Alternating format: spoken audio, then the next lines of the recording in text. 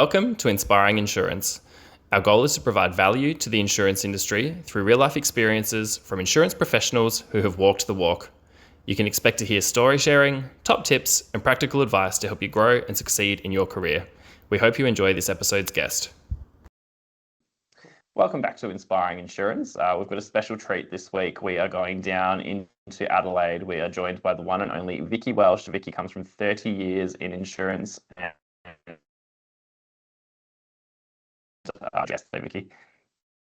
Sorry, You can just say hello. froze there for a moment. Hi, everybody. Thanks for having me on the show, Nathan. You're welcome. So I'll get you to walk us through your career to start off with, please, Vicki. First question, as always, is what made you choose insurance as a career? I think anyone, or very few people, choose insurance as a career. I don't think it was ever my grand plan of things to actually go into. I think like most people, I fell into it. I applied for a customer service role and it happened to be with an insurance company, and it just went from there. So yeah, I don't think anyone says, hey, I'm going to be an underwriter, or I'm going to be a claims manager, or anything in that regard, but you fall into it, and if it's your niche and it's what you like, I think it just grows from there. And that's what happened to me. Nice. So customer service role within an insurer. Yeah. Walk us through from customer service to where we are today. Well, yeah. When you think about it, it's a big journey. From there, I went to underwriting because the company that I worked for was very good at giving you a rotational experience. So you could go around they had a call center, they had an underwriting center, and that sort of thing. The call center found out definitely was not for me because I was very bad at putting in the correct codes, and I actually stuffed up their stats for the week. So I didn't get an invitation back to that area.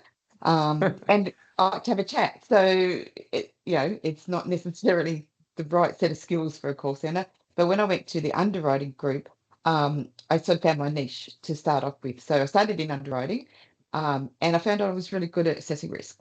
So, and I love learning new things. That's probably something else that was really good about that rotational experience, is that you really got to know what areas for you, like underwriting, or what isn't. Like for me, call centers. So it went from there and just grew to team leading.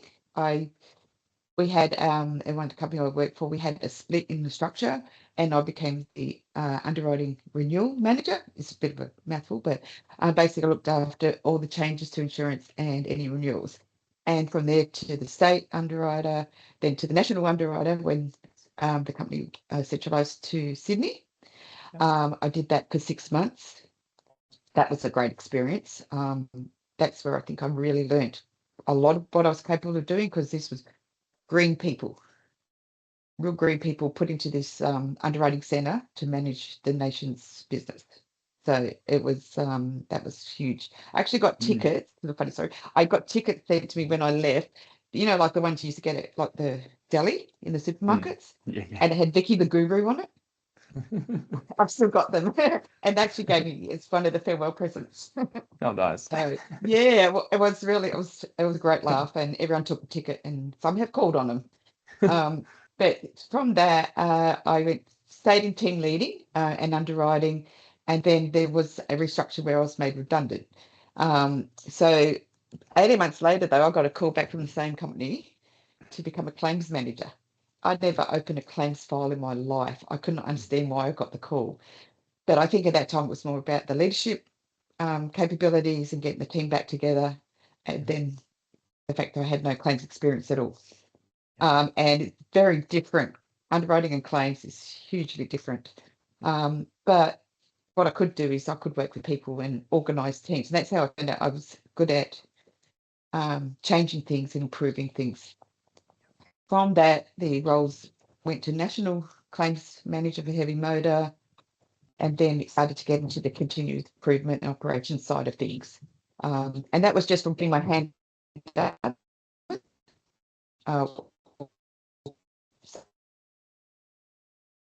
Seriously, we had a lot of turmoil amongst the teams, in the different types of teams. And so I would go around to each team, spend 6 months, and get them working really well, effectively.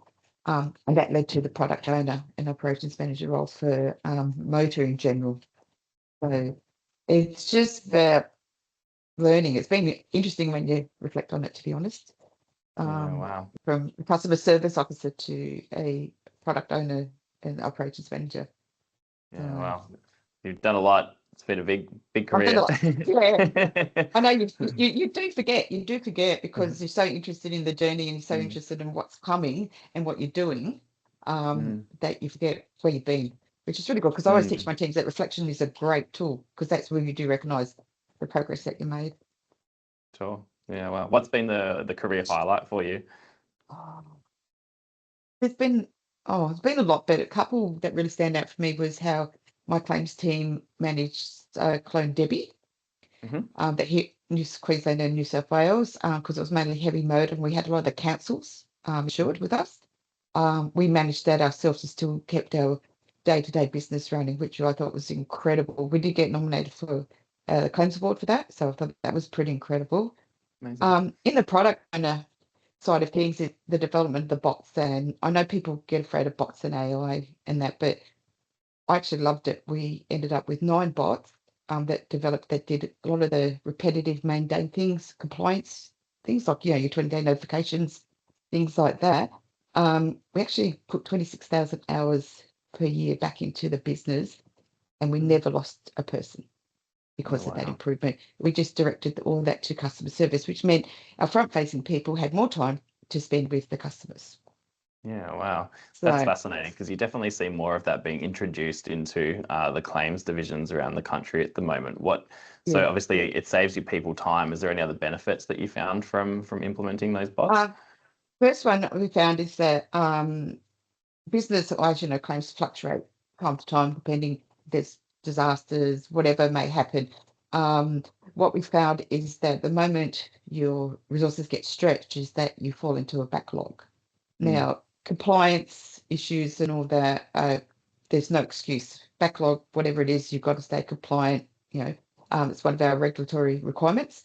And even no matter what kind of system that we've had, it's very hard to recognize exactly what is the compliance diary or notification that you need to action or task compared to here's an invoice, let's pay it.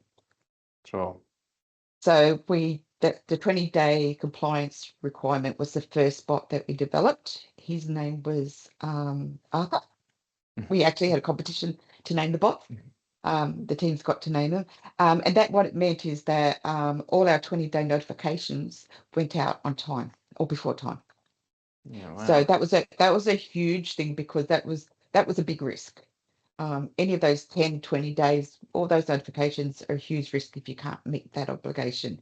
And it has serious consequences for your license, your reputation, all that sort of thing if you continually not complying to those regulatory requirements. I said it too many Mm, times, but anyway, um, it's basically so we did that one was first, and then we slowly moved to like internal payments like our assessor payments and things like that that were purely administrative and we could get them done, which means then that our assessor's budget was compliant as well, but he wouldn't have to completely keep chasing money. And when I'm talking about backlog, I'm talking about not a couple of days, I'm talking about like 10, 20, 30 days when things have fallen over a bit. And so that was a bonus. And then we just kept building on from there to cover those administrative tasks. Probably another thing I'm proud of is that before we moved to the agile way of working, I should say, we had a we had a lot of administration. There's a lot of administration in insurance without any doubt. And so we decided to take some of those tasks away from the claims advisors, again, for the same, to prevent backlog, to give the freedom up to actually spend the time with the customers and that sort of thing. So we actually developed an offshore team in 8 weeks to do all those administrative tasks like the internal setting payments, external payments, the receipt of notifications and notes, because as you know, on a claim file, you have to have a lot of notes. They will put the notes on like if the assessment report was received and different things like that. And I did that in 8 weeks. That mm. was massive. That was Sounds huge. Yeah. massive. Yeah, sounds massive, Yeah. especially if you're doing a fully remote team. Like that's a big task. Yeah, they were. They were Mm, remote. Training was done remotely. We were very lucky that we had already started to document a lot of these procedures like correctly as SOPs or statements, operating statements. So we were lucky we actually had that in place. And then we started with a couple of trainers, like their team leaders and their compliance officers, and then scaled down to that. But it was very tricky because you've got a cultural and language barrier anyway. So you've got to overcome that, and it's not the traditional training or onboarding at all. So it was a huge learning curve in a very short period of time, but we did it. Yeah, I bet. How good, how good.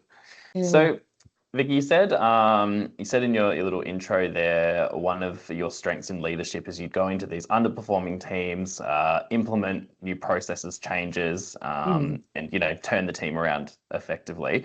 What's the secret sauce there? What is it that you would do when you go into these teams, and how did you get the result? I'm a great observer. Mm-hmm. I would never go in and think, one size fits all. Every team's requirements or challenges are different. It's the same as the type of claims they manage are different. So I would go in and I would sit with them and I would watch them, I would listen, and then I would continually study the numbers and the movement of those numbers. And from that, somehow a plan forms in my head about the changes that we need to make, and then we implement them a little bit. And then as each stage, as we go through in time, I just make sure that it's still having the same effect. What do we have to change? Do we have to up something, remove something, change something, add something in, whatever it may be. But so it's constantly that observation, and then somehow a plan forms in my head. I don't know, numbers talk to me sometimes. But it's just, I would say it definitely comes from the observation and just understanding what is happening in the team. Okay. And not being afraid to try something. Okay. Yep. It's a little bit outside the box. Plan comes to head. Give something a crack and see how it lands. Yeah, because not everything has to be totally changed. Sometimes it might just need a tweak. You might just need a shifting of resources to a particular area to bring it around. It's easier once you get there to maintain it if you maintain the same discipline. Where things fall apart, I think, is when that discipline isn't maintained and observations don't continue, because we know every morning we get up, something's changed. Sure. What happened last week isn't necessarily the right thing for this week. Sure. And so how would you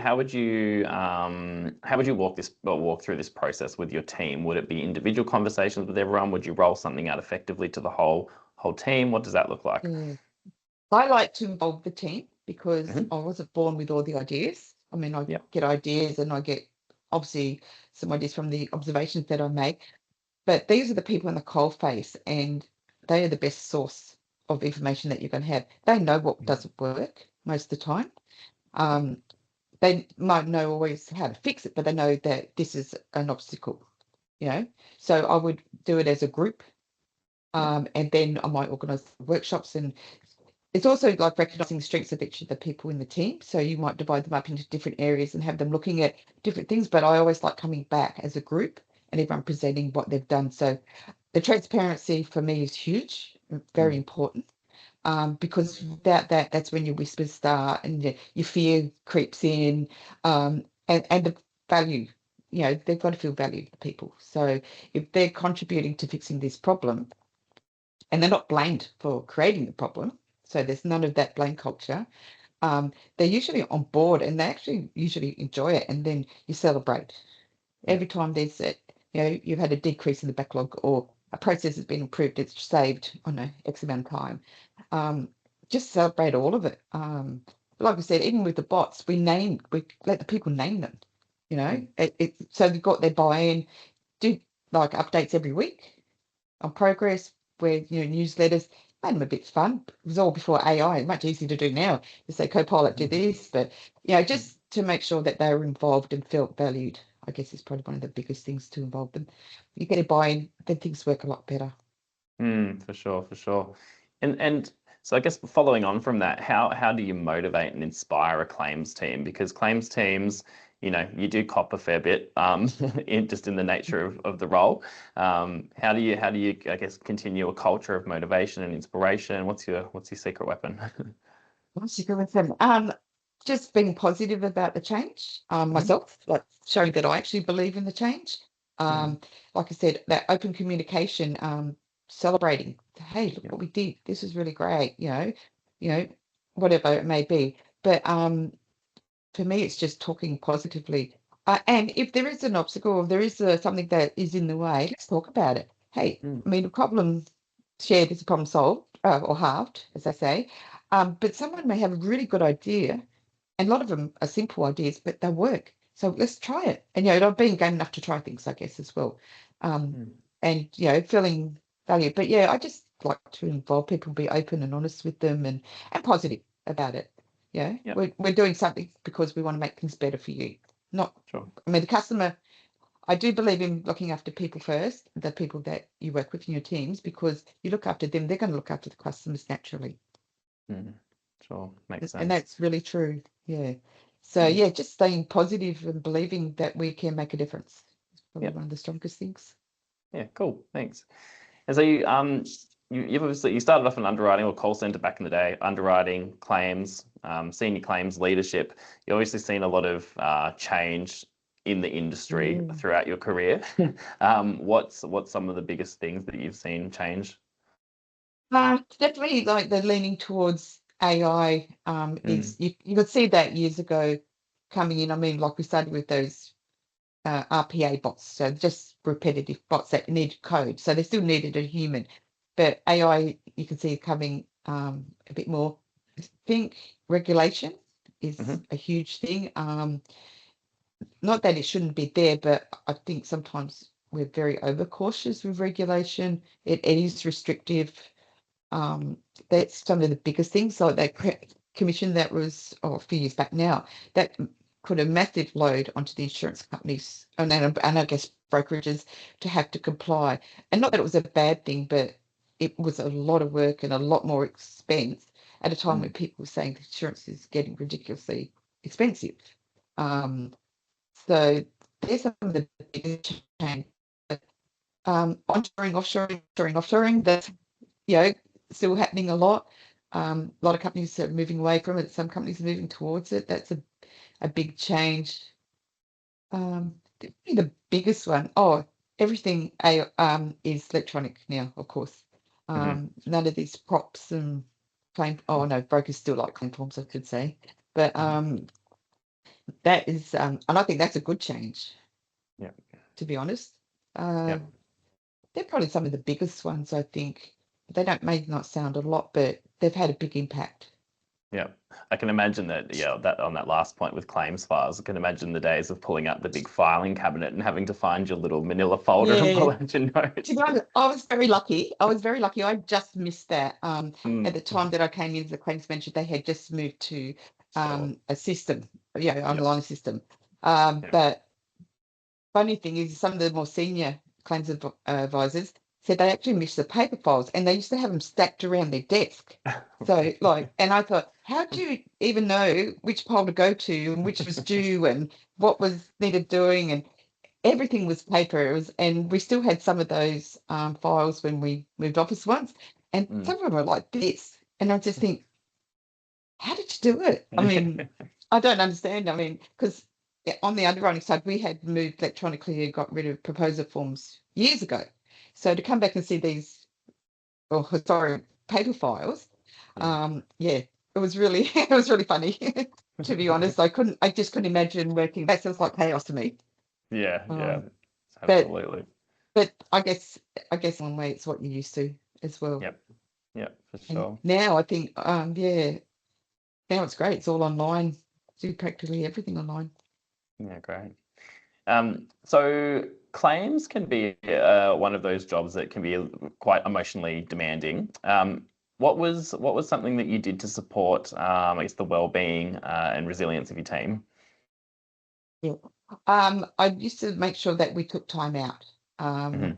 Whether it was once a week, once a month, we had like outings. I took them to the what is it, the road show with all the trucks and the truck show or something like that once.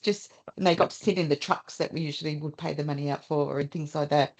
Once a month we had we finished at 4 o'clock and we would have like a drink / cheese cracker sort of thing. Actually, Team Chat actually got the name of Wine and Cheese because we had that, and we had a platter, and we had platter competition. So everyone made their platters with whatever they preferred on it, and we would not talk about work, and we would just do things like that. We'd have a breakfast, same rules that we don't talk about work. Let's just get to know each other a bit more, and things like that. And also, if anyone had a bad experience, I would make sure we debrief. We went go for a coffee, whatever it is, because claims do unfortunately get the raw end of the stick, whether it's true or not, of it. But in the end, we always connect what we're doing back to the person. It's the customer that we're helping in the end. We're not necessarily just paying out money. We're helping someone get back their life back or their business back, or things like that. So it's very important to de-stress. Recognize that recognition is a great thing to say that yes, it is a stressful job, but it doesn't outweigh the good that we do. Yeah. Why do you think it was so important when one of your claims team did have a bad experience to take them off site and do a debrief around them? What did that do for that person? Yeah. Well, it helped because one thing, I mean, I don't care who you are, anyone that if comes to you like frustration or in an attack form, whatever is behind that, it's very hard not to take that personally because you are doing the best you can. You're complying with everything that we have to comply with. You're trying to help that person, and sometimes it just doesn't work. So that's why it's important to grab it at the moment. I would never leave it because the more you leave, the more you think about it and overthink it, and it becomes a bigger problem. Yeah. So it's important to grab it at the time. Go say, hey, remind them that it isn't personal. Remind them what they have done. So you've done this, you've done that, you've done a great job. And just to make sure that the balance is there against sort of the experience that they had at the time. Sure. Just reinstate their value, I guess, maybe. Okay. Is there any leadership lessons that you've learned like the hard way throughout your career? Probably a couple of things is understand your team. I think really get to know them. And a couple of times I didn't, and it went a bit pear-shaped. Only because probably the communication, as you're getting more experience, the communication is not as great. You certainly learn as you go along. And getting to read people, understand people, not to make assumptions is probably some of the best things that I've learned along the way, is take that time, be patient, and get to know the people. Recognize that they're not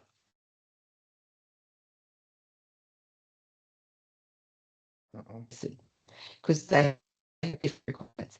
So getting to that intelligence is probably maybe a good word to use is and one of the things that did help me greatly is I had this great state manager who brought in people. He had existing experienced leaders and new leaders that came in, and once a month we would have guest speakers or different subjects, and that was amazing to me because that really opened up. Well, I heard stories about how people manage things. You get to know and understand your own leadership style, which I thought was really important. Emotional intelligence was a huge thing. So making sure you have that awareness, around people, and just don't one glove fits all sort of thing. Be different. Know that subject A needs this, subject B doesn't want you to talk all day. Subject A does, what I mean? Just recognizing those sort of needs, but making sure they understand that you're there and you're supportive. But those lessons that I had, leadership lessons I had, when that was a team leader at state level, they were some of the most valuable that I ever had. But yes, it's about getting to understand the people is the big trick, and it's tricky. It is really tricky. Yeah. Do you have any advice from anyone who might be in a claims management role, who might be thinking about stepping up to leadership? Any tips or tricks you could pass on? Yeah.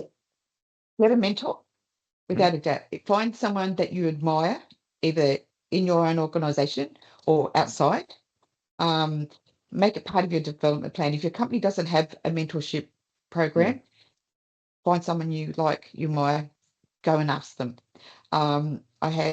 I did that. personally because I'm also someone who likes to know and understand everything. So we had this wonderful gentleman in one of the insurance, and he just knew everything. And I was in admiration of him because he had been around for a long time, but he had gathered that knowledge, and he was more than willing to share. So I find someone like that to help you.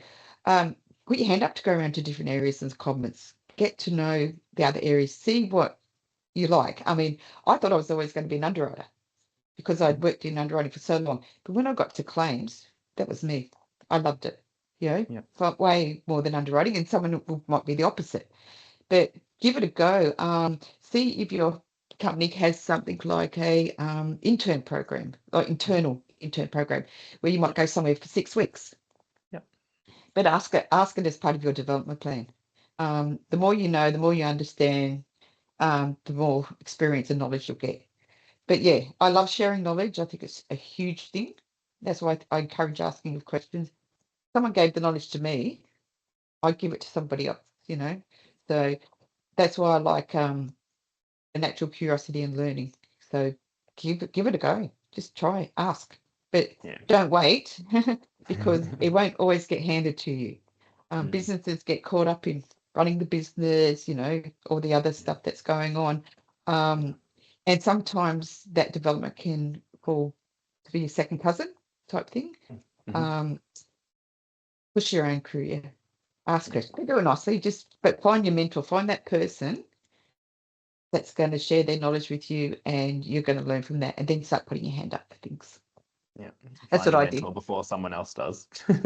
yeah, because you just learn so much. You really learn from so much of someone who's already lived in that area, that has got the knowledge from somewhere. You always pick up knowledge as you go along, but if you've got someone there to help you and help build it, then you're going to be a far stronger person for it. Definitely. Amazing. Yeah, thank you. Yeah. So my last guest on Inspiring Insurance left a question for you. She went a little bit rogue and off insurance topic, but she asked, if you won lotto, what would you do? Wow. Okay. What I would do, I would pay up all my family's mortgages, or if they didn't have a mortgage, I'd buy a house for them. I would help some animal shelter, like probably buy acreage and adopt 1,000 dogs. Not really, maybe 1,000, but something like that. Just a couple. Yeah, just a couple. I'd probably, instead of go premium economy on my trip, I'd probably go first class. And instead of driving around England, Scotland, Ireland, I'd probably get driven. But no, I don't need a lot of money to do that, but I would love to make life easier for my family and help some dogs, particularly. Not that I don't like, but I don't need, not very materialistic in that respect. I just think, how much money does a person need? Sure. I mean, and what question would you like to leave for our next guest? Oh, that's an interesting one. I do like the lotto one, to be honest. That is very good. But yeah, let me think. Maybe we can keep it somewhat insurance related as well. Oh, okay. All right. Okay, let's do that. If someone came to you with a development plan or a desire to develop, how would you support them? Because I don't think there's enough of that in the industry at the moment. Like I said, most people fall into these roles and develop along the way. But I think the other thing I would like to see, how would you educate the public about insurance? That's another good, you choose which one you use, but so many misconceptions come from a lack of understanding. So what are we doing to change that?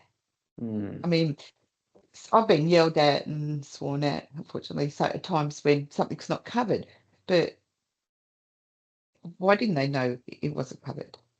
Did their broker not tell them?